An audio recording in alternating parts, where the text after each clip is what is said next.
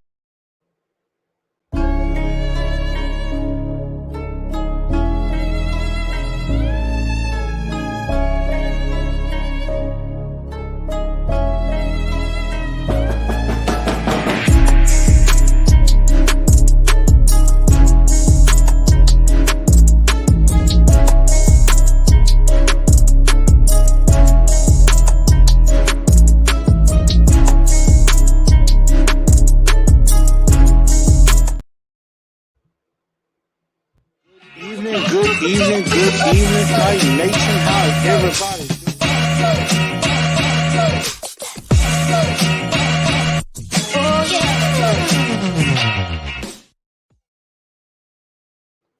Yo, what's going on, Titan Nation? How's everybody doing? Welcome in to TNT tonight. I am your host, Chris, aka Blue Enforcer, and we are going to have a great episode on this evening. And so go ahead and first of all, make sure y'all go ahead and share this show out. Again, you definitely see it live on YouTube. And I noticed some people also watch it on Twitter. Go ahead and give a follow to TNT Enforcers on Facebook.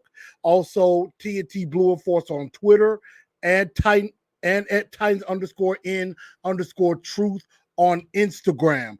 Go ahead and give a follow right there to those great channels. Go ahead and follow there. Also, definitely make sure y'all are listening up to date on Spotify, iHeartRadio, Apple Podcasts, and Google Podcasts.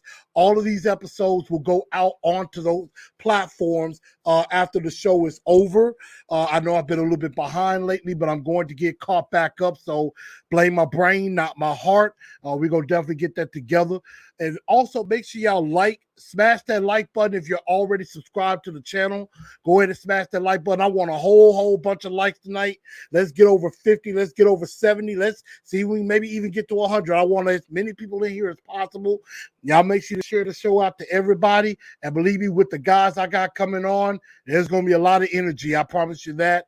And last but not least, if you are new to the channel, go ahead and subscribe to the channel, to Titans and Truth. Hit that subscribe button. Also, ring that bell and hit all. So that way, every time a new episode is about to come out, you will be notified. You will know, so you can come on and jump in with me and with us, and have a good time. Because if you're doing that, you're helping me. You're helping me, helping the channel.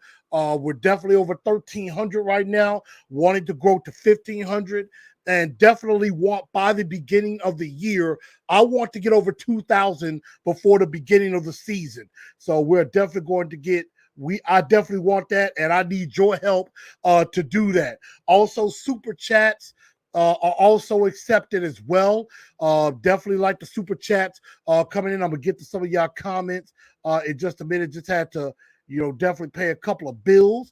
And so, without any further ado, we're gonna go ahead and bring in our special guest.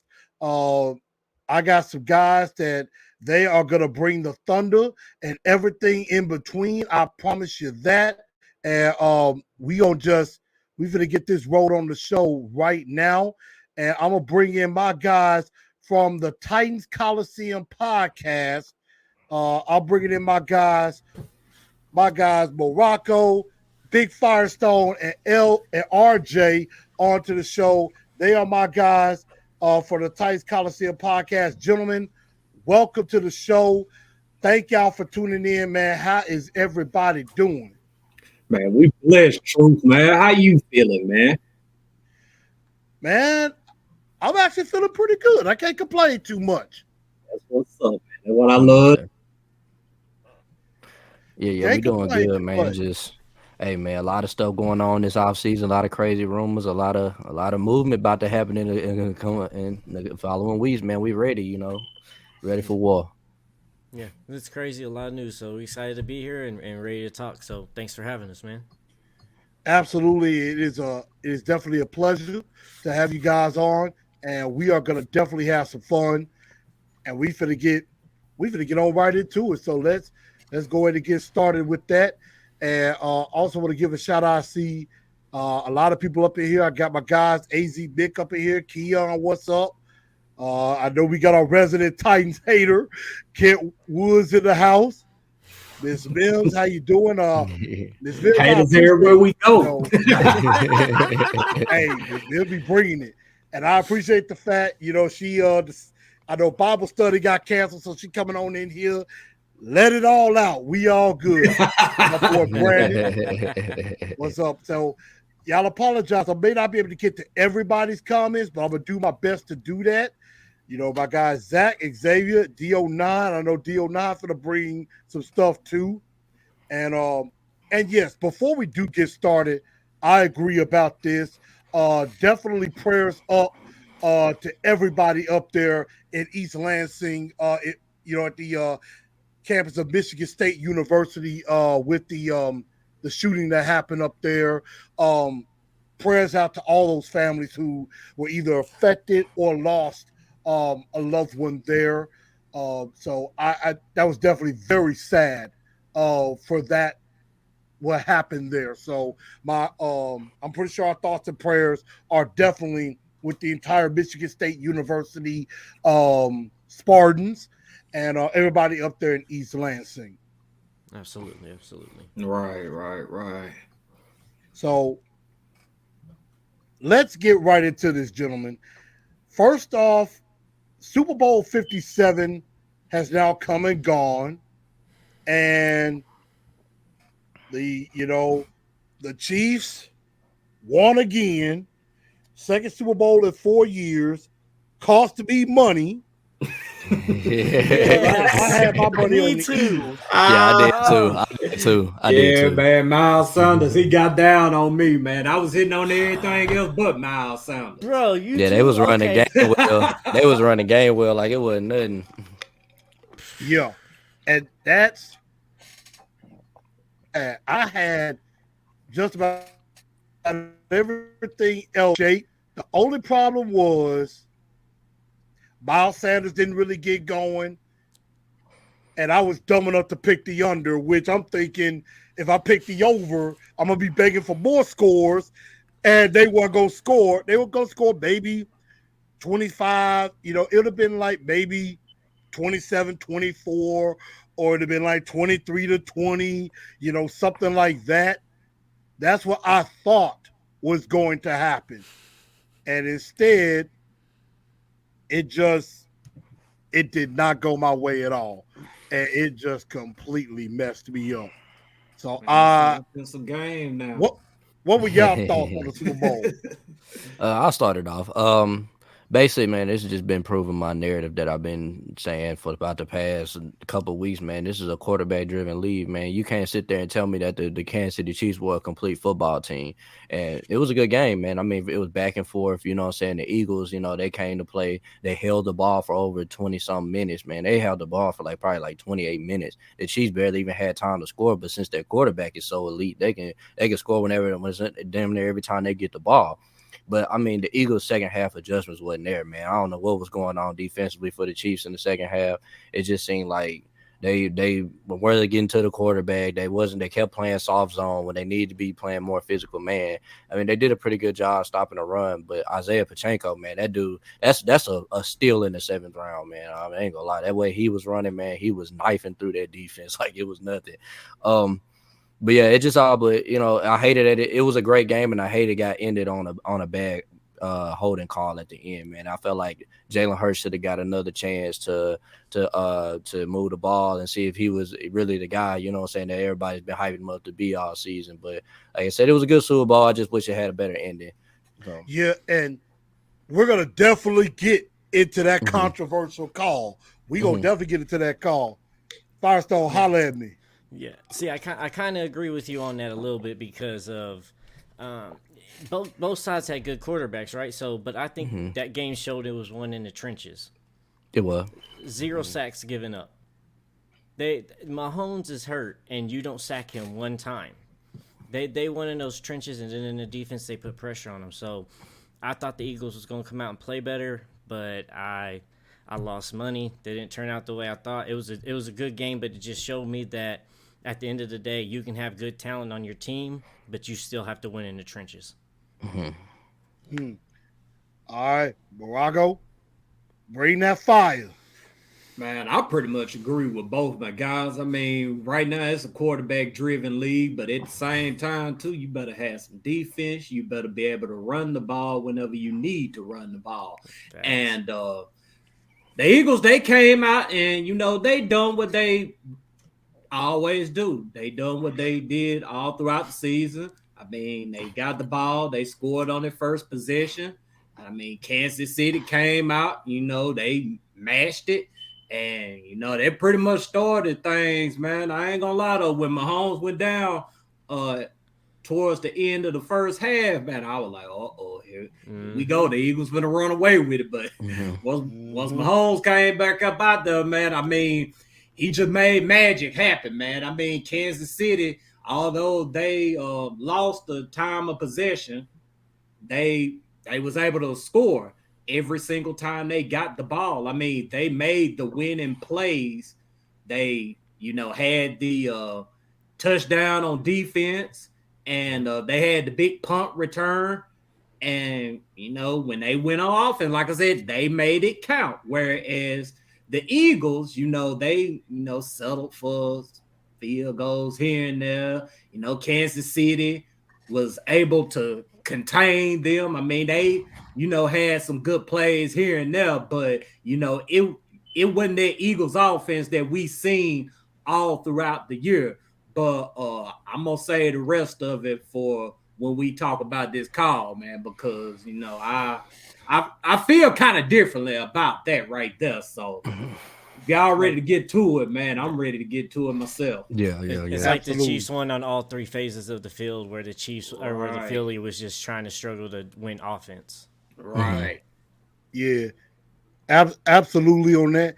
Let me see. Quickly, I gotta get my guy Derek Roberts paying his tithes and offerings to the congregation. Said been a minute, but we back to tight football. I definitely appreciate that. I got somebody else.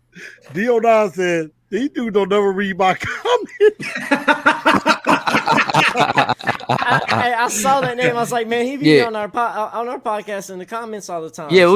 we read them. We just in the man. beginning of the show, we don't like to post too many comments just because we trying to knock these topics out. You know what I'm saying? Beforehand. So, exactly. Yeah, man, but we definitely I appreciate you, D9, along with everybody Keep else. commenting, Man, man. don't Keep think we commenting. ain't reading them, though, because Absolutely. we most definitely see them and we appreciate them. Keep them coming. Absolutely. Yes, indeed. So I'm gonna say this. I hate I lost money. I thought it was a hell of a game. And I'm with y'all. I thought when Mahomes was hurt a bit, I'm like, oh, I think Philly finna do it. I'm like, I'm looking good. And it didn't happen that way. And I forgot about that punt return. But the two biggest plays of the game that changed everything. One was the call we're going to talk about. The other, the Jalen Hurts fumble. That was a big play in the game. You take away that play, instead of it being 7 points, Eagles might be up 35-31 and might have won the game. But, the Eagles, they choked. Jalen Hurts choked in the big moment. That was his first Super Bowl for Mahomes. This was his third. So Kansas City, they've been in Super Bowls. They know what's up. Philly hasn't been there in a while. So that was a whole new experience for them. And I didn't really think about that until it was too late. But I mean, I just didn't see Patrick Mahomes making it through the full game. I just didn't see it. I don't think anybody did. I don't even think anybody did. And so that's just something that was just crazy and everything. And then, of course, Lauman says Super Bowl was rigged. Man, did y'all see how Here we go with rigged. Before we get to the rig thing, man.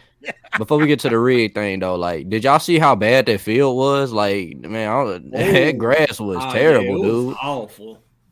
Mm-hmm. Yeah, definitely agree with that. I mean, that field was awful. The field was bad. The field was bad. You got people slipping and sliding all over the place. It didn't make any sense. Yeah, man, that looked like Nissan Stadium on a rainy day. Yeah. And it's crazy because it was indoors, though. Like, bro, I ain't gonna lie. They was pushing it here because, like, I'm out here in Oklahoma. They was pushing it big out here in Oklahoma because that type of turf and grass that they used in the Super Bowl on that field actually came from Oklahoma State University. So they were talking about, Oklahoma grass is going to be used for the Super Bowl. And then you see them out there and all they're talking about is they're slipping left and right. And you're like, oh, shit. Yeah. So now we go talk about the controversial call. And that was the defensive holding that nothing else was called the whole game, but they called it on Bradbury against Juju Smith, which basically ran out the clock and gave the Chiefs the game. We all saw it, but I want to know,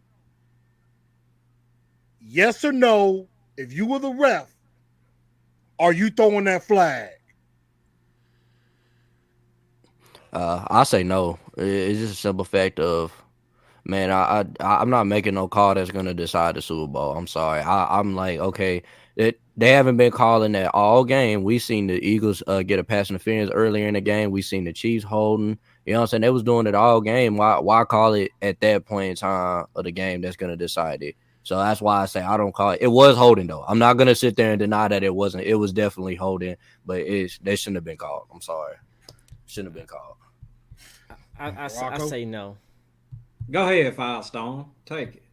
I say no, just because of the fact that he had his jersey, he grabbed a little bit there, and he does have it, but I don't feel like anything he did altered his route running or held him back or altered his speed, changed anything up at all. So I just say no. Yeah, he had a little bit of the jersey here and there, but I don't think he altered his route running in any way.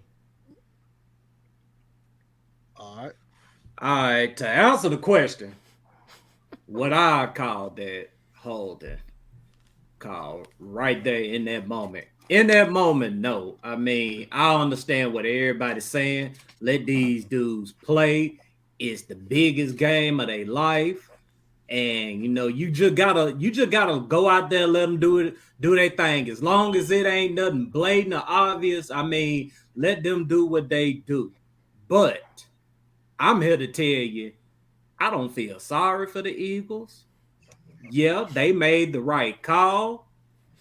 And I don't fault them at all for making that call because of the simple fact it was holding. I mean, people complain all year long. Oh, the refs ain't calling this, refs ain't calling that. But when they call something, you're complaining about them calling them. I understand the moment, but at the same time, you got to make a decision, man. Do you want the refs to, do their jobs, or do you want them to just go out there and just allow the dudes to, play their game or whatever?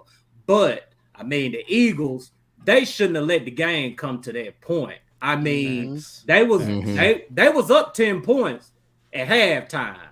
And it appeared that, Mahomes wasn't gonna come back in the game. I mean, obviously he did, and he made magic happen. But feeling sorry for Philly, am I gonna sit up there and complain? No. I mean, Mhm. when I was playing football, I mean, I'm not gonna sit up here and talk like I was just this big, all pro NFL player, nothing like that. Nah, I mean, it ain't nothing like that. But how I was brought up, you don't complain about the refs. I mean, no matter what, you don't complain about the refs. I mean, let the coaches, say what they got to say. You hold Mm-hmm. yourself accountable. And that's my thing right there, man. The Eagles shouldn't have never let their game get to that point. I'm not mad about that call at all. Congratulations, Chiefs. They done their job. No, Facts. I Like, you I agree hear with never you that. let on the I that. agree with that. yeah. And here I'm gonna get to some comment. Brandon said, "Yep, it was holding." Lauman said, "Nope, I'm not throwing it." Derek says Yeah, he I'm would not throw throwing it. it. Do9 said, "You don't call that." 615, my guy Lee said, "I would call it. I wouldn't have thrown it." So you know, that's it. He made a bad choice. He was holding, so he would have called it too. Here's my here's my thought on this. In hindsight 2020, in any regular game, especially if it's against the Titans, that flag's gonna get thrown no matter what. So I'm gonna say yes, it was holding. Although I'm like, it's within like 5 yards. So you kind of, I thought it was ticky tack. So I could see it where it's like, yep, you throw it anyway. But this is the damn Super Bowl. You don't let a flag like that decide the game, especially at that particular moment. I'm like, you don't throw the flag at that particular time unless it's just egregious. If it's Yeah, just, Yeah. like it's the Rams like and Saints. Mm-hmm. blatant, you Facts. know it is. There's no choice, no ifs, ands, or buts about it. In a way, that was a little bit of hand fighting or whatever. Yeah, he tugged at him a little bit.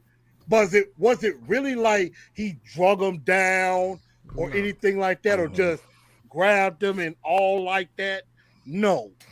So in that instance, I would not have thrown the flag in that situation unless it was absolutely obviously blatant.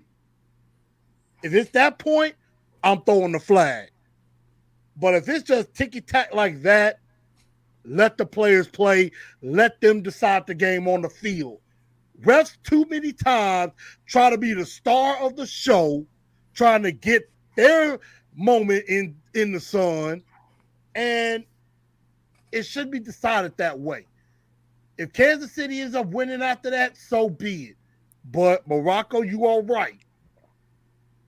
If that had been if that had been the Tennessee Titans in that situation and that flag is thrown, oh, we all tripping. we all going crazy. Like, why you throw that flag? Or on the other Exactly. side, if that flag's not thrown and we lose the game, or we're like, where's the flag at? Right. So Right. it can happen both ways. It can happen both ways. So at the end of the day, it is what it is. What happened in the game happened. Chiefs win. Mahomes is MVP. And, well, we are on to the next season. So now we are officially in the off season, and we had some promotions made as far as the coaching staff. We got, Tim. We got Tim Kelly's offensive coordinator.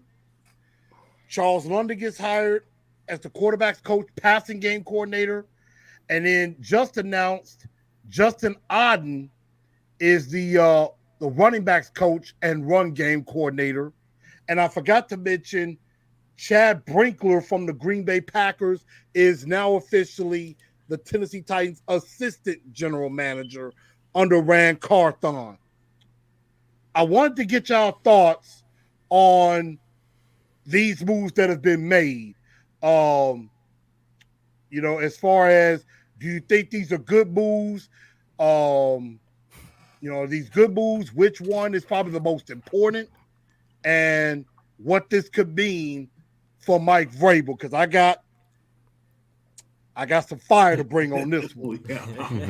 We already know you ready to tell the truth. But I'm gonna go ahead and start this one off. Overall, I like it. I pretty much said what I felt about the Tim Kelly hire. It was uninspiring or whatever, but it ain't the worst hire that has been made. He'll come in there, he'll be better than Ty Downing. How much better he'll be than Ty Downing? It's yet to be determined, but I expect the offense to be significantly better under Tim Kelly. The rest of the hires, I like them bringing in Charles London. I most definitely like them bringing in Justin Alden because he was actually the OC for Denver. I think weeks 17 and 18 he took over.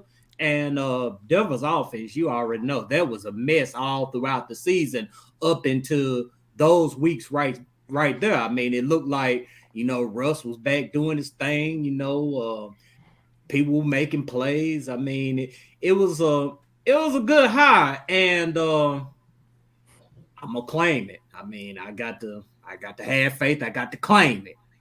When Tim Kelly gets hired away to be somebody's head coach, I would expect Alton and Charles London to one of those two to step up and take over the role as OC. So, like I said, overall, I like the moves. I'm with it. Yeah, I'll go ahead and go. Like I said, we've already talked about the Tim Kelly hire. Look, Right. Tim Kelly, to me, I feel like it was it was uninspiring, but like we can't sit there and act like we didn't want Tim Kelly as our offensive coordinator last year. You get what I'm saying? Like there was people that before we wanted to hire him from the Texans, we were thinking about hiring from the Texans that we wanted him. It was just uninspiring because we wanted somebody from outside, which I don't think Tim Kelly is just a bad offensive coordinator. I think we need to let him call some plays before we pass judgment. As in Charles London, Charles London was he was brought in here to be try to be the offensive coordinator, and he was also interviewed by a lot of other teams. So apparently he knows what he's doing. We're gonna see how, like I said, we gotta see how it unfolds before we judge him. And then Justin Arden, he's already talked about with Denver. Denver's offense looked a lot better whenever Nathaniel Hackett was fired, and they had him running the offense. So we're gonna see how that looks. As in I like the hires. I feel like we gotta give them a chance to move. You know what I'm saying? Give them a chance to do something, and we'll see how it goes from there. All right, what you got, Firestone?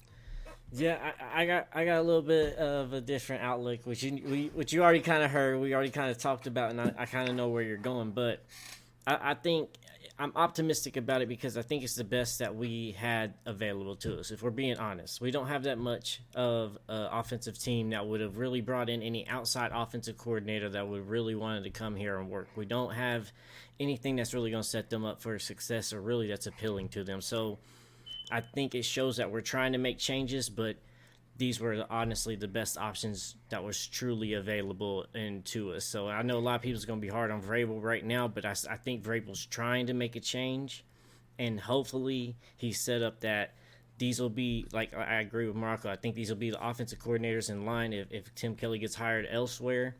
And then if not, hopefully this GM Rand can get us some talent that will be more appealing to some offensive coordinators next season if we need that appeal as well. I just don't think our offense is too appealing to offensive coordinators right now to go get the Nagy's and the all these other ones that we really truly wanted to. So hopefully maybe we can build some more talent around the offense, and then next year we can go get a more high-profile offensive coordinator. I just don't think we truly had the options available to us like we thought or like we hoped. Absolutely. And I'll go with this. Tim Kelly, we already know what I thought about that. Yeah, last season we wanted to see at least a little bit. I think with Tim Kelly, it wasn't so much we don't want him as OC. I think it was we just wanted to have him have some experience calling plays before we decide to give him the keys to the kingdom. I think that's what it was. And in the end, I think that was a good choice. I don't know a lot about him, but I know he did call some games for Denver, and we always know Denver usually always tend to have a nice running game. Denver usually has a nice running game. No matter who at running back, they tend to do pretty well running the football. Charles London, we're going to see about him. I mean, he was down there with Matt Ryan, and, they struggled with Mariota and with Desmond Ridder this past year. So I don't know if that's as much on him as anything else. We're definitely going to, find out. It's good to get some more ideas. But I will say the most important hire and the most important position that's probably going to determine Mike Vrabel's fate was the internal hire he made on the offensive line, Jason Houderling. I believe that hire is going to make or break Mike Vrabel. And Vrabel better get on his knees and pray to God that this works. Because the last couple of off seasons, all Vrabel has done is said, it's the players. It's the players. He's never blamed the coaches. He's never said, you know what, my coaches didn't coach very well. I mean, here's the thing about this.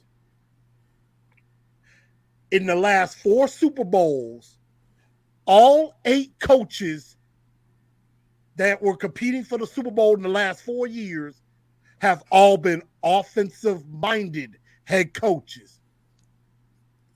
Morocco, you said this earlier. This is a quarterback-driven league. All y'all said is a quarterback-driven league. It's a passing league now. Revolving your game around a running game is a thing of the past now. So we're an anomaly. Vrabel better pray this works because he's got to prove last year was a fluke. You lost 7 straight games. You had a division in hand and you gave it away. And everybody could blame Todd Downing. Everybody could make excuses for the injuries. Injuries, I get it. It happens. But 2 years in a row is not a coincidence. You can't blame Todd Downing anymore. He's out the door. So again, this all falls on Vrabel's head. If Tim Kelly fails, if Houderling fails, if any of these coaches fail and the Titans fail this upcoming season, bye-bye Vrabel.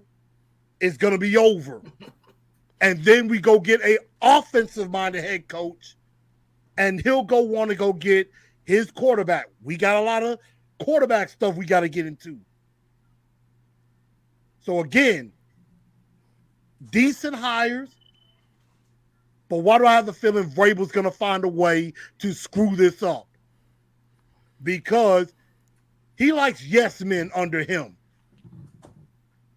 He doesn't like being challenged. That's why Matt Nagy and Eric Bieniemy, I don't think they were thought of, because they might have would have challenged his authority and been like, look, Mike, worry about the defense. I got the offense. I got this.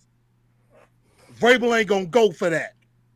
He wants all the power. He getting all the smoke. He better be able to hold on to it, because if he don't, he going to be out. And that's, that's the that on that. 615 said, seat looking a little steamy. I agree. I think Vrabel's seat could get a little warm, maybe even close to hot. So it's all going to depend on that, but I think these are solid hires. And so,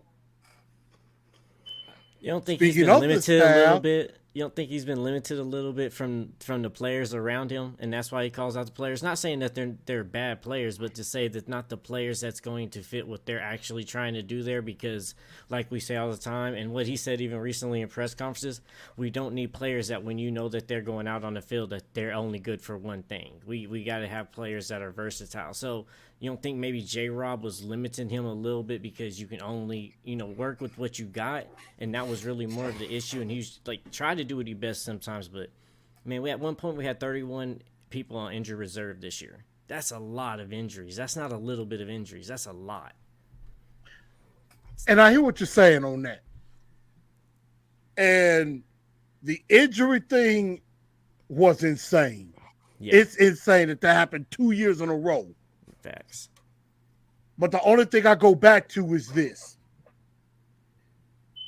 You take a look at San Francisco. San Francisco, there was one year, I think a couple of years ago, San Francisco couldn't do a thing because everybody was hurt.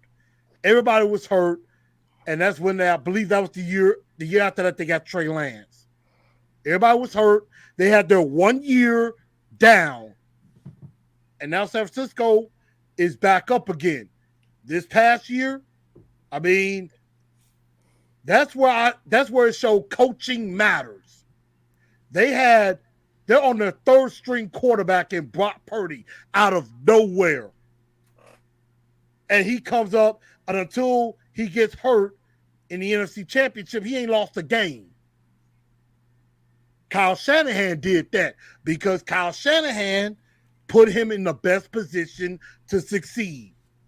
But I mean, they also still had their talent around them. So they still had Bosa, they still had Little, they still had Debo. So like that's one player. But like when you miss half of your starting lineup from your starting roster, that's a little different. Like and San Francisco is a great example of that. That's what we need to get like, and we've talked about that a couple of times too. But like it was just at a point where these past couple of years we got to figure out what that problem is, because it's not an excuse, but it is a reason, and we need to figure it out and get it fixed real quick because it can't happen for a third year.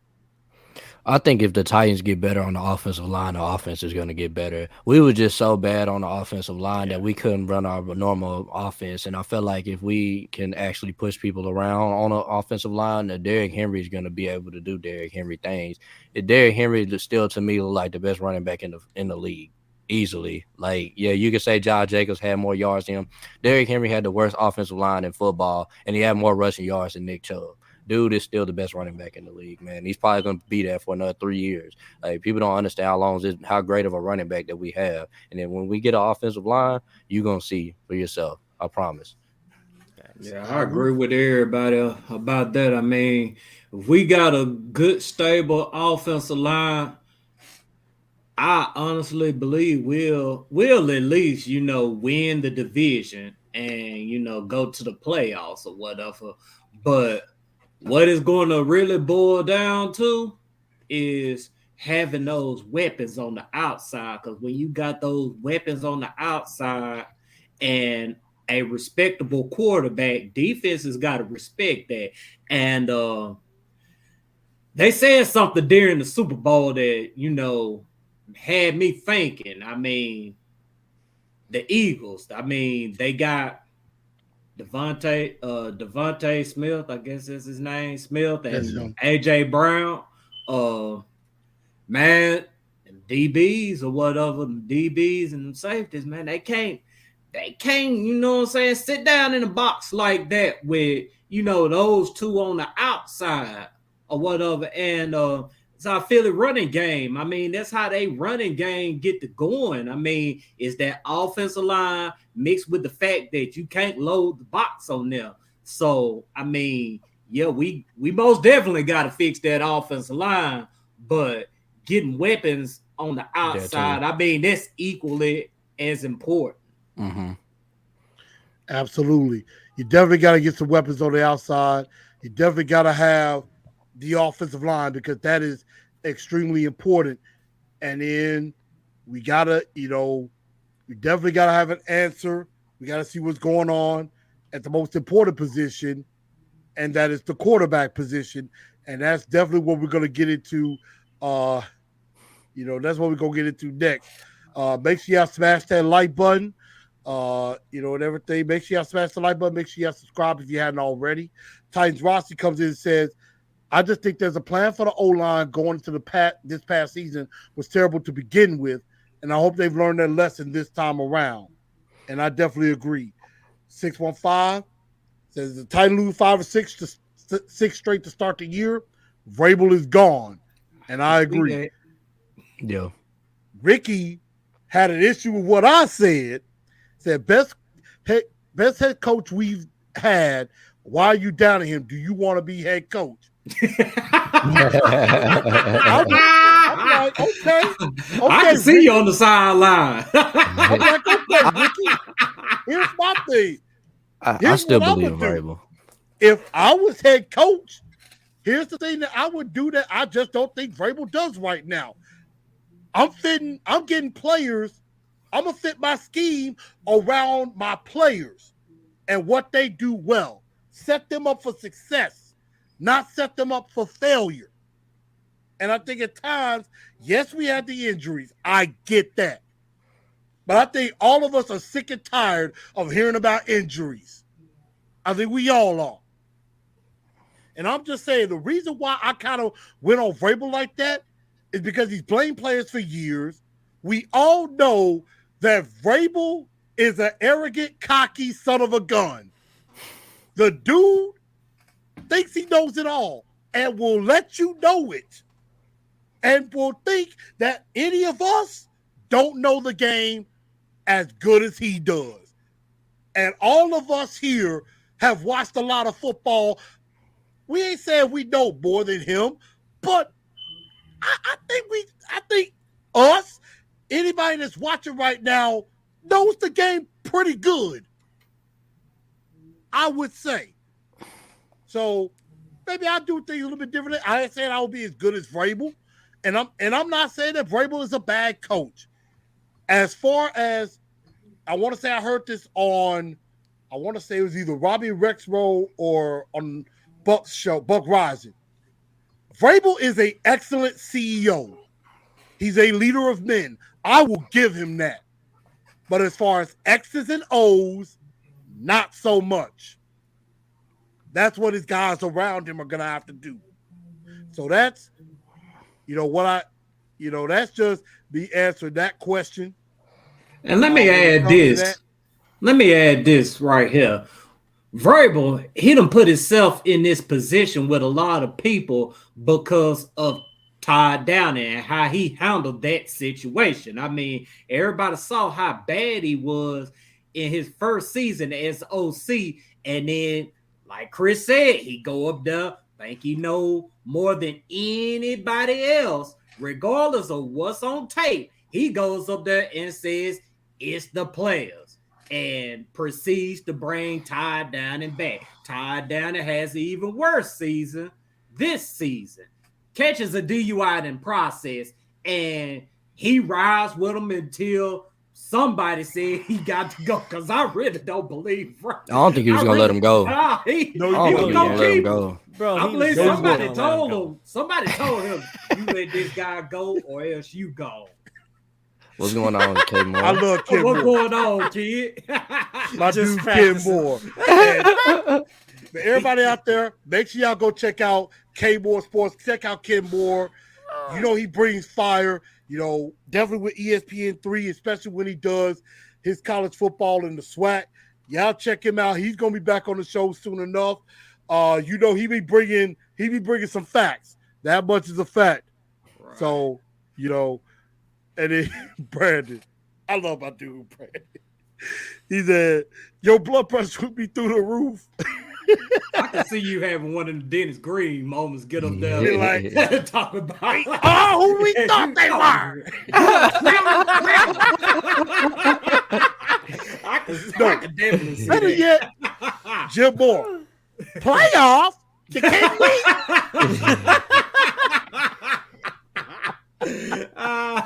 Yeah. I could see like just or who was that? I think it was like a Michigan women's basketball coach coming and going, how we get out rebounded? We got out rebounded. If y'all haven't checked out YouTube, go check out the best coaches rants. Some of them will make you laugh till you're about to cry. Seriously. Okay. All right. And Derek with the super chat, I appreciate it. You know what he said? You gotta coach better, you gotta play better, you gotta do better. Coach, you That's what gotta we gotta do. It all starts with me. So Look, I believe in Vrabel though. I think Vrabel is a very, very good coach, man. I just think that, man, it's just hard to be a good coach when the players aren't. You know what I'm saying? When we had a very bad offense. It would have been bad if we had Bill Belichick coaching this team. You feel me? Like it was gonna be a bad offense, no matter the coach or not. I think he gotta get the players, man. We seen what he do when he has good players, man. I agree. Like, So yeah. let's get into the most important position, and that is the quarterback. And so, of course, Tennessee, the Raiders went ahead. They were not able to get a deal done, and they were not able to get a trade done, and they decided to go ahead and release Derek Carr from the Raiders. Already there's a lot of quarterback needy teams, like the Panthers, like the Saints, the Buccaneers. Another team that has been linked to them, the Tennessee Titans. And so a question, Loudman comes out and says, we want no broken down car. So I'm gonna make this easy and simple. You're hearing that the Titans are expected to pursue Derek Carr. And we already dealing with Ryan Tannehill. Of course, they will release Tannehill if they go out the car. But the question is, do we go get Derek Carr? Would you go get Derek Carr rather? I'll start this one off. All right, let me go ahead.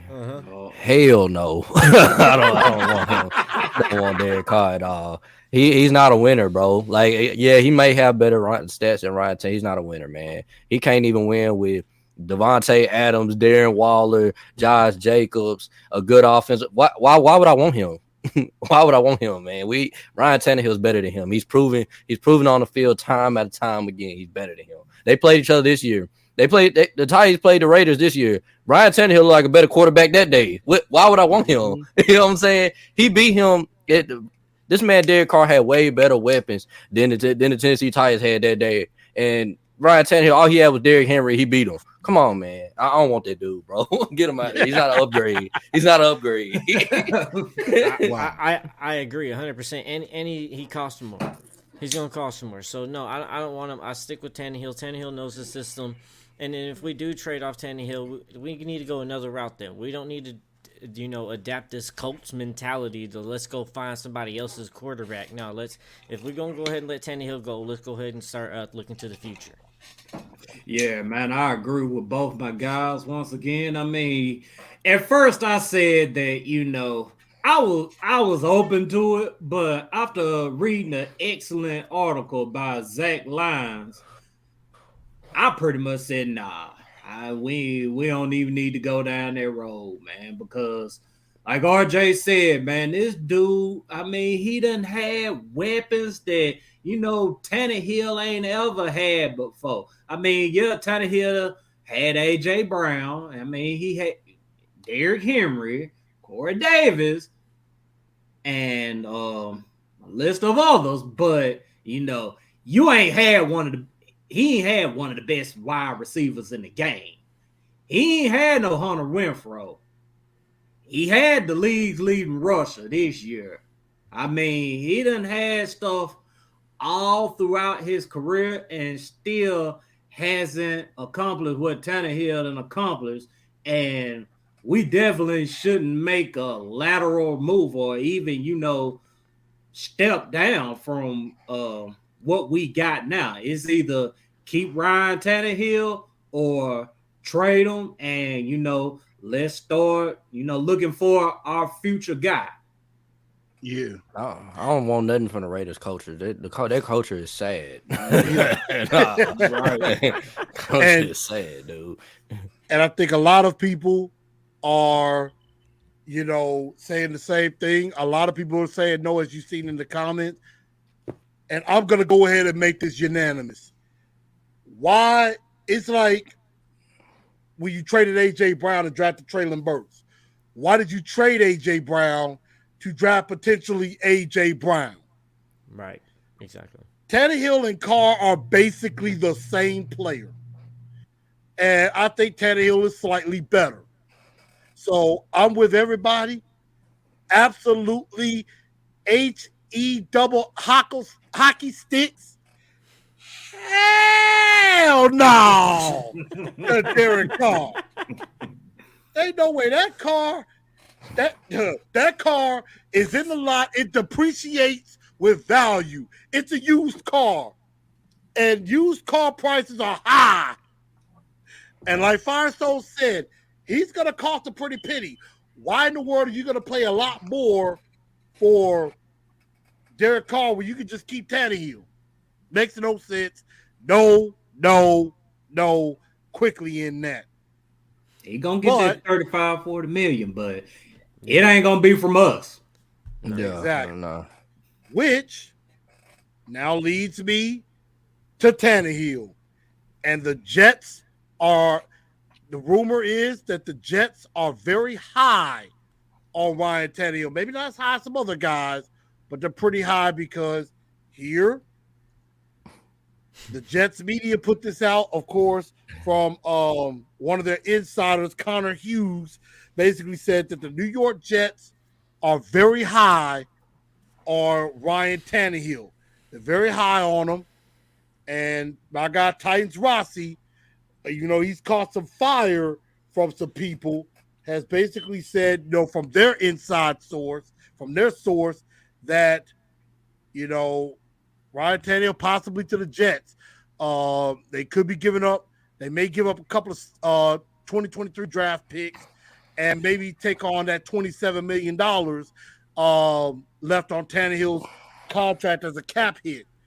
So, but reading on that in a statement on that article, said the Jets are going to do their homework. Aaron Rodgers, Derek Carr, Jimmy G, Ryan Tannehill. That's pretty much the pecking order. Rodgers is clearly at the top of that list. Carr's the consolation prize, wouldn't be the worst thing. And then, of course, they talk about Jimmy G, his familiarity with Robert Saleh. And then, of course, Ryan Tannehill. Don't sleep on him. There's a feeling around the NFL that the Jets are much higher on him than some want to believe. That is from Connor Hughes. He is a reputable source. He's a reputable source for the New York Jets. He's one of their insiders. And so the Jets very high on Ryan Tannehill, which makes me wonder if the Jets offer a second and a fourth for Ryan Tannehill. Do you make that trade? Yes or no? Run it. I'm gonna go last on this one. Yeah, man, go ahead and run it, because I mean we got Tannehill for a 4th round draft pick, so you getting the 4th round draft pick back on top of a 2nd round draft pick, and Lord knows we need as many draft picks as we can get.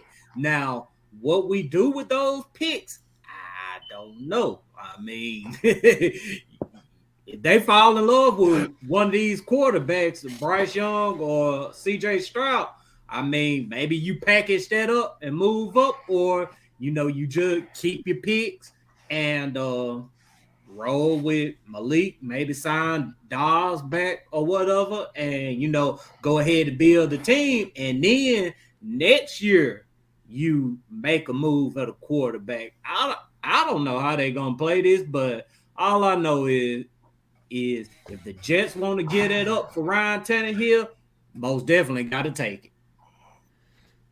I say at bare minimum, yeah, you take that. That has to be the bare minimum for him, though, right? It has to be a 2nd round and that 4th. But for me, and RJ's gonna like this a little bit. For me, if I'm trading Tannehill away to a team for them, I'm giving you a playoff possibility, especially in the Jets with the offense you already got. You got a bunch of wide receivers. Todd Downing's there now. That's a Ryan Tannehill chemistry. Oh, Corey Davis is there as well. That's a Ryan Tannehill chemistry. So he already has some familiarity. So if we do that, let's try to get that first pick from him, that 1st round pick from him, right? We got 11. They got 13. Let's go ahead and use that 11 and that 13th. We can jump up to 1st, right? Because that's a lot more draft capital. That's something that we can then leverage to get us into that position that we want to for you to go get Bryce. So I would try to push for that, but at bare minimum, I would take that 2nd and 4th. Because I love Tannehill, but for that, I mean, you got to take that. Yeah, and go ahead and get on me. I say, yeah, go ahead and make that trade. Look, I like Ryan Tannehill. Ryan Tannehill has done a lot of good things with this franchise. He's made good plays, made spectacular plays. Even had me believing that he was some top 5, top 10 quarterback. You know what I'm saying? There was a point in time where I was like, man, we struggle with this dude. And I know if he goes to the New York Jets, I mean, he's gonna do the same thing with them. He's gonna make good plays. He's gonna play hard. He's gonna put his body on the line. But I just know, come play all time, and when them lights get bright, when he's playing against, going toe with toe with Patrick Mahomes, he gonna get beat. Like I said, I like him. He's one of the toughest quarterbacks that we've had since Steve McNair. But like I said, he's not gonna get you to a Super Bowl, man. He's gonna make you play hard. He's gonna be able to work with those wide receivers. He's gonna be able to work with Todd Downing, Robert Salas. Their defense gonna have to play spectacular. They're gonna have to have a 2000 Ravens defense for them to get to the Super Bowl. Like, that's what it's gonna take for the Jets to get there in this AFC. Yeah, they got a really good defense. You know what I'm saying? They got I see why they want a quarterback so bad. You know, they got wide receivers too. Yeah. And right now we have the Jets where we want them. It's all going to come down to where Derek Carr goes, because I'm sure they're going to try to go for Derek Carr before they go for Ryan Tannehill, because they want to trade anything. They'll just have to pay him. So it depends. If Derek Carr goes to like the Saints, you know what I'm saying? We could probably, we got the Jets where we want them. They're desperate. You know what I'm saying? Let's try to get that 1st round pick out of them. You know what I'm saying? Rand Carthon, go ahead and make some moves. If Tannehill, RJ Fausto, y'all was kind of thinking the way I would. Like, y'all kind of took the words right out of my mouth. I'm gonna say, and I think quite a few people have said, you take that deal. Loudman's the only one that said no on that. Here's my thing on that. Like Titan Overdrive said yes. Ms. Mims says yes. Keon says trade up. Ricky said we need younger draft picks. We need to get younger and faster, and I agree. And I think this: if the Jets come calling, you better listen. And RJ, you're absolutely right. I think the Derek Carr domino has to fall first before we make this move. Because if Derek Carr doesn't go to the Jets right off the bat, then the Jets if they feel that they're a quarterback away from making it to the playoffs, completing with Buffalo in that division, you try to milk them for everything they got. If you do everything They possible, you desperate. at least see if they're willing to give up number 13. See if they give up their first, their second, and their fourth. Now, if they're not willing to do that, then I'd be like, okay, you give me your second, you give me your fourth this year, give me a number 1 or a number 2 next year. Then that way, you do that, you know, whether Aaron Rodgers comes for a year or you go in a different direction, you have enough ammunition the following year. If Aaron Rodgers only played for 1 year, I'm thinking hypothetical. And this is all just rumors. None of this is like, oh, yeah, they're definitely working something. It's rumor. Yes. Remember, y'all, everybody, this is lying season. A lot of lies get told. I'm like Leonardo DiCaprio and Django. A lot of lies are gonna get told around this time tonight, and that you better believe. A lot of used car salesmen out there. There are a lot of used car salesmen out there, and most of them are agents. So you try to see if you can squeeze that 13th pick out of the Jets if they're desperate enough. If they are desperate enough, they'll do it. If they want a quarterback that bad and they feel that they're that close to the playoffs, because they do have a good team. Yeah. And I was looking on Twitter, man. I seen Jets putting up his career numbers with the Titans. I said, "Oh yeah, they yeah, they'll be good with them." I mean, I ain't gonna lie, they'll be good with them. I mean, good. Like I said, I mean, don't sleep on their defense because they got some dogs on their defense, and the defense will have to do that. Right, and it ain't just don't even just think the Jets though. Like the Saints need a quarterback, we could trade them. Yeah, there could be a bidding war. If Green Bay lose, if he lose Aaron Rodgers, they gonna need a quarterback. Depending on where Carr or Rodgers goes, yeah, there could be a nice little bidding war for Tannehill, which ups the price and it helps us out. Bro, the Saints have a late first round pick. Yeah. The Bucks have a late first round pick. The Bucks need a quarterback. Yup. Bucks ain't need think a about them. Yep. Panthers might get desperate if somebody goes and gets Stroud, Young, and Levis before them. Then they might say, okay, we'll give up number 9 and get Tannehill. You know? So, I mean, not saying they will, but, and I might be getting greedy, but it is possible. So, I like that. And it does lead to the question of, if you get rid of Tannehill, who's the quarterback? There are a couple possibilities that we'll probably talk about at a later time. You could go get Stroud. You could go get Young. You know, maybe trade up to 1 if you can. If not, you could possibly go swing for the fence, get Aaron Rodgers. I mean, he might be worth $50 million, but he will be worth the investment, especially with the cap savings that you get. And if all else fails, let Malik and Dobbs battle it out. You build everything else around, or you find you a bridge quarterback. And if it goes bad, you're in prime position, possibly for Caleb Williams, for Drake Mays, for Phoenix out of Washington. Those quarterbacks, and a lot of people are saying next year's quarterback class miles better than this one. Yeah, it's more depth. Now, it's more depth. Is that fair to the defense? No, it's not. But you better get Jeffrey Simmons repaid and just let him know, let him and Kevin Byard know, hey, we fixing this offense for y'all.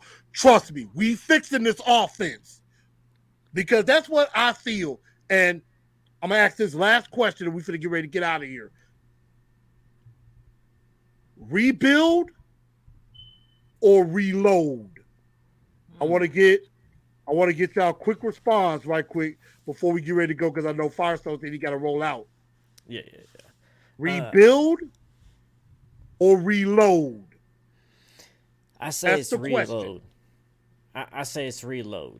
Because I think, honestly, Rodgers is going to go to Vegas. I think he's going to go there to go back with Adams. I think that's where he's going to go. I think Carr is going to go Saints or Carolina. So if we go and trade Tannehill to the Jets, we might go grab Garoppolo for a year with Rand having where he came from and knowing somebody that he like, and it's a cheap QB to get us through the year. Or we might just stay with Dobbs and Willis and let them battle it out for a year if we don't draft a quarterback this year. So I say it's reload because they're going to try to find pieces that'll get us to compete right now rather than rebuilding for a couple years down the line. But I don't know. We'll see. I say, it's gonna be a 1 year rebuild. I think a 1 year rebuild, and if that's if we trade Tannehill. If we don't trade Tannehill and we just say, hey, we're gonna fix the offensive line and grab some weapons, it's a reload year.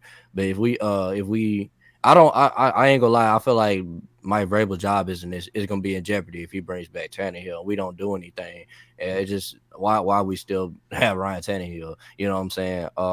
I say a 1 year rebuild in my opinion. So. Yeah, I'll go with oh,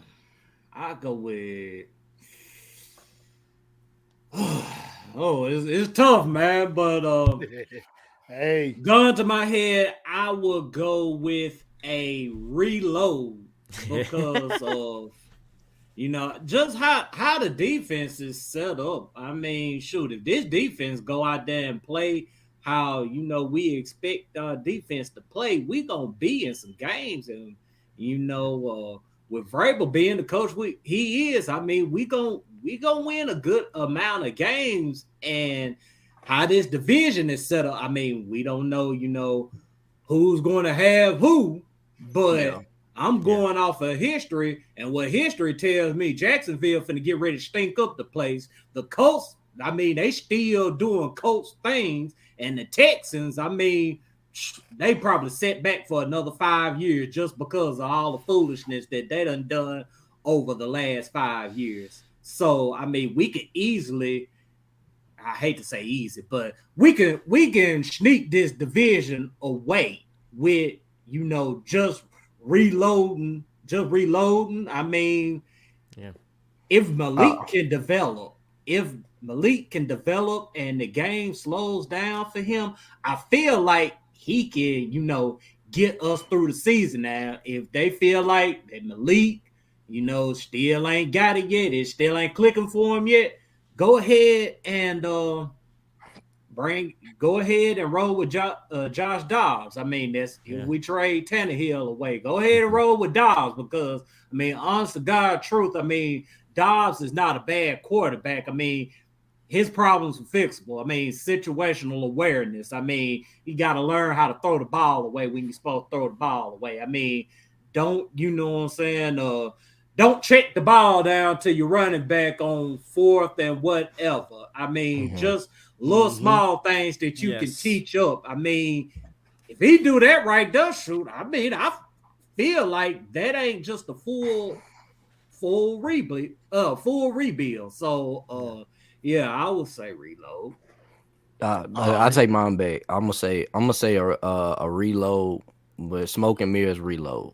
Cause like we gonna have a reload mindset, but really like we rebuild it, man. Like we don't believe we can win Super Bowl this roster, man. I'm sorry, I just don't believe it. Hey. Okay, I'm finna mess everybody up. Here come violence. Here we go. Everybody's watched the movie The Matrix, right? Yeah. Right. The Agent Smith. What is his favorite word? It's inevitable. It's inevitable that you're going to have to start over at some point. Yeah. It's coming. You can't run. The Titans are trying to run away from it. They are trying to run away from a rebuild. The rebuild is coming, whether you want it to or not. Every team is going to have to go through it eventually. New England's going through it right now. They trying to redefine themselves. Other teams, Seattle is kind of coming out of a rebuild a little bit. But a rebuild is inevitable.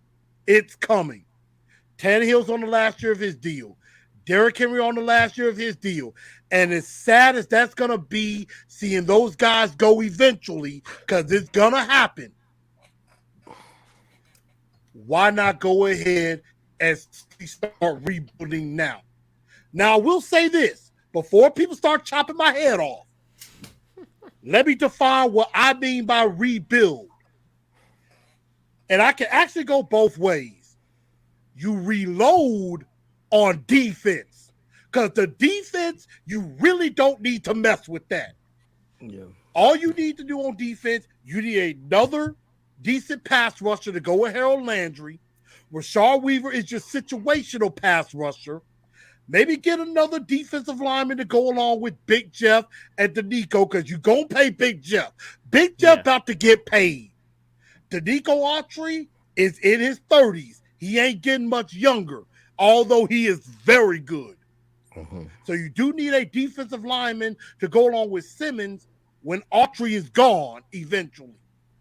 And you do need another cornerback, because I think McCreary and Elijah, even though Elijah has had an issue staying healthy, you put them both on the inside. You got to get another corner to go outside with Fulton.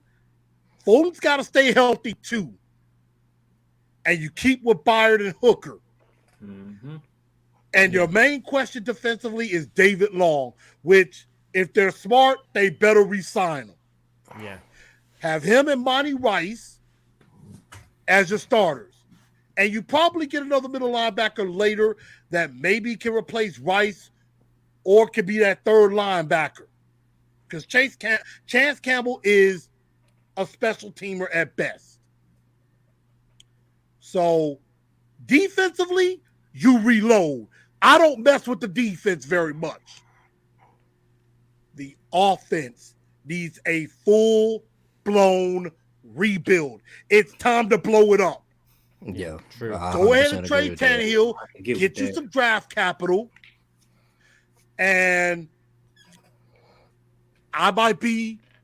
this might be blasphemy coming out of my mouth.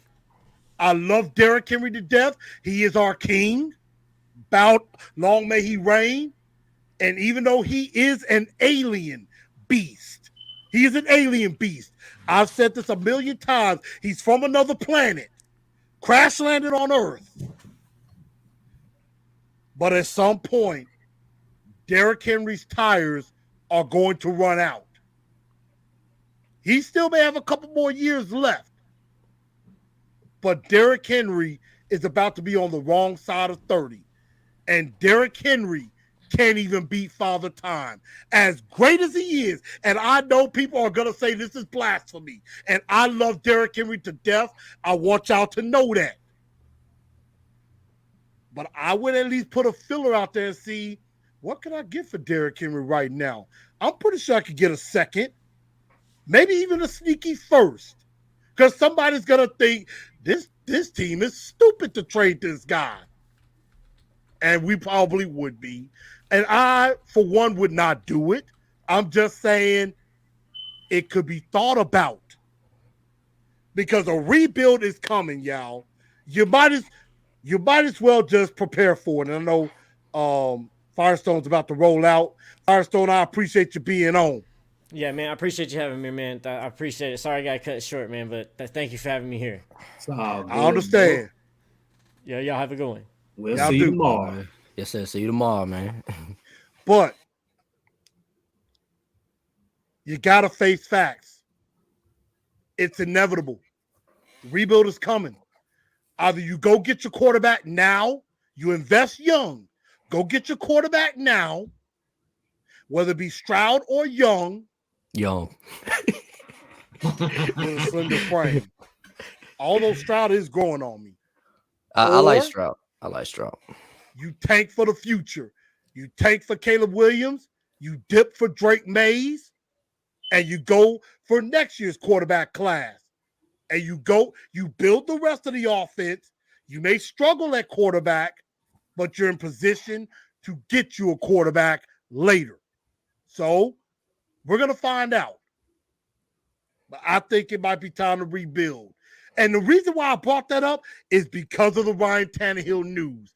If you had said this to me a week ago, I say reload. They're going to bring back Tannehill. But now, that word rebuild is getting in my mind a little bit. I know we want to win. But I'm going to quickly ask y'all this and we're going to wrap up. Do you really think the Tennessee Titans have a roster right now that can win you a Super Bowl next season? Nah, they don't. Exactly. Nah. That's why I said it's a rebuild. You got to have a roster to go up against Mahomes, who just won a Super Bowl. You know, Josh Allen and Buffalo coming back. Joe Burrow and the Bengals. They ain't going nowhere. They ain't going nowhere no time soon. Justin Herbert's about to get crazy paid. Baltimore, what are they going to do with Lamar Jackson? That's another one. Then, as crazy as it's going to sound, worry about your own division. Jacksonville is only going to get better. Trevor Lawrence, something is starting to they're starting to heat up in Jacksonville. You're hearing those Duval chants. Jacksonville, I said they'd be about a year, maybe next year or the year after they would be a problem. Sorry, ladies and gentlemen. They're a problem right now already. They are a problem. Houston and Indy, if you're going to rebuild, you cannot let Houston and Indianapolis get their hands on both of those quarterbacks.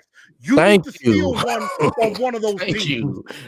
Like, bro, don't let them get them quarterbacks. I've been saying it. Don't let them get them quarterbacks. You either go steal Young or you go steal Stroud. Because you don't want to have Tannehill or Willis or Dobbs going up against Trevor Lawrence twice a year, Bryce Young, who could be very good twice a year, and C.J. Stroud twice a year in your own division. We very well could be last in the division next year if we trade Tannehill and we don't trade up to go get a quarterback. I'm letting y'all know this now. Very well. Set us up for Caleb. Yeah, It's on Jacksonville. And so, I mean, Titans got work to do. Yeah, I just don't think they're going to be moving like it's going to be a rebuild, though. That's my thing. They're going to move like that. I mean, it might be the rebuild might be inevitable. I mean, and it's going to have to happen at some point. But this season right here, I just can't see them, you know what I'm saying, moving like, a whole rebuild. Because, I mean, a whole rebuild, shoot, I mean, they'll be in line to cut a Derrick Henry. I mean, they'll, just do away with Tannehill. They wouldn't entertain trade. I mean, they would just gut it to its core.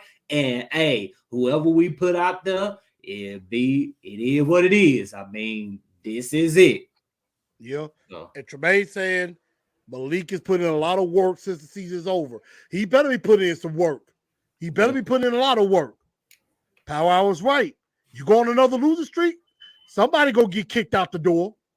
You got that right. JS75, bye-bye Tannehill, hello to Stroud.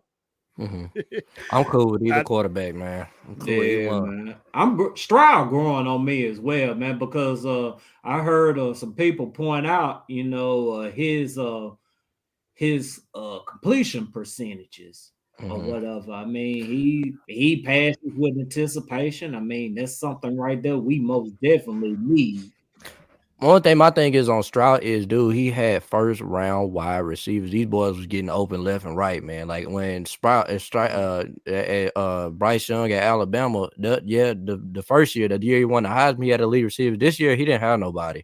It was all him, man. It was all him. He had some issues with pocket awareness at times. Yeah. But I think Stroud is extremely talented. Man. I gotta watch a little bit more. But we're going to go ahead and get out of here because I know this show ran a little long. I done talked everybody's head off.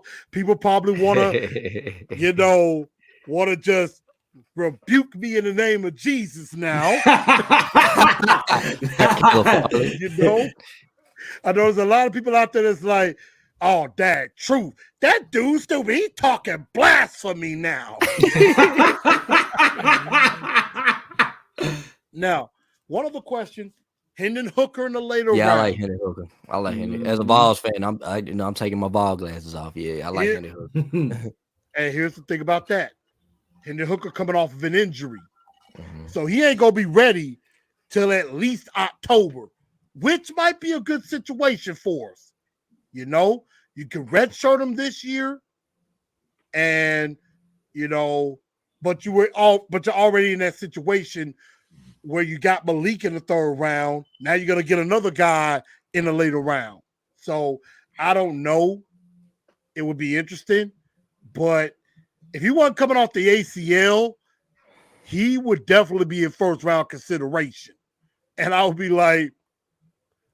kicking the tires about that for real. I definitely would.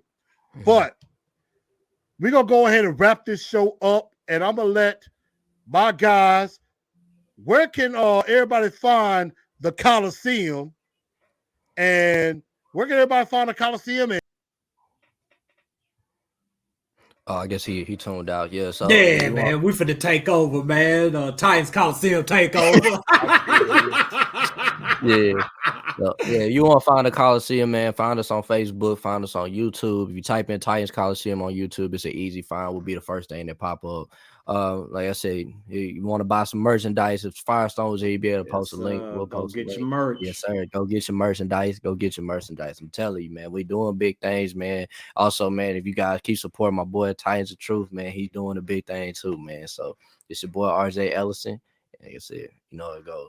Let Morocco get his rocks off. Man, it ain't much to say, man. I mean, like my guy said, man, you can find us pretty much on any platform. I mean, make sure go get some merch. I mean, we got some pretty dope stuff. I mean, we got t-shirts, we got hoodies, we got coffee mugs. I mean, we got a lot of good stuff, and just support all the Titans podcasters out there, man, because I mean, we're a very small knit community, and I mean, everybody that's in a community, no matter whether they agree with each other or they disagree, I mean, we all want the same thing. I mean, we all want what's best for this team. So go support us.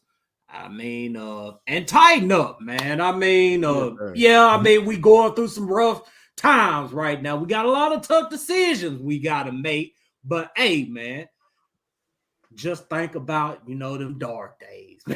I don't think nobody want the dark days anymore. But Truth, thanks for having us on here, brother. Love what you're doing. Keep the energy up on here, man. Man, I definitely appreciate that. And you know what? On that note, he is absolutely right. So y'all make sure y'all go check out Titans Coliseum podcast. I can't wait to rock my hoodie when it comes in. It's good. These guys put some good stuff together. And if y'all ain't see Morocco on Facebook, man. Yes, sir, boy. Morocco hype man. I'll be back on my thing in September, man. But for right now, man, catch us Thursdays at 8:30 p.m. Central Time. Well, there it is. Yeah. Big show everybody, again, I say thank you to everybody. I thank you for everybody that has helped me get over 1,200. I'm heading toward 1,500. So help me out. Spread the word to everybody, to all the Titan fans everywhere. Because I know there's some Titan fans that haven't gotten to this point just yet. Again, smash that like button if you haven't already. Subscribe and ring that bell if you haven't already. And everybody, we out of here. I thank y'all for tuning into the show. Thanks to Titans Coliseum for coming on in here. Are you not entertained? Tighten up. So, yes, sir. Tighten up. Thank y'all for tuning in. And at the end of the day, y'all, we tighten up because that's all we know how to do. Good night, y'all.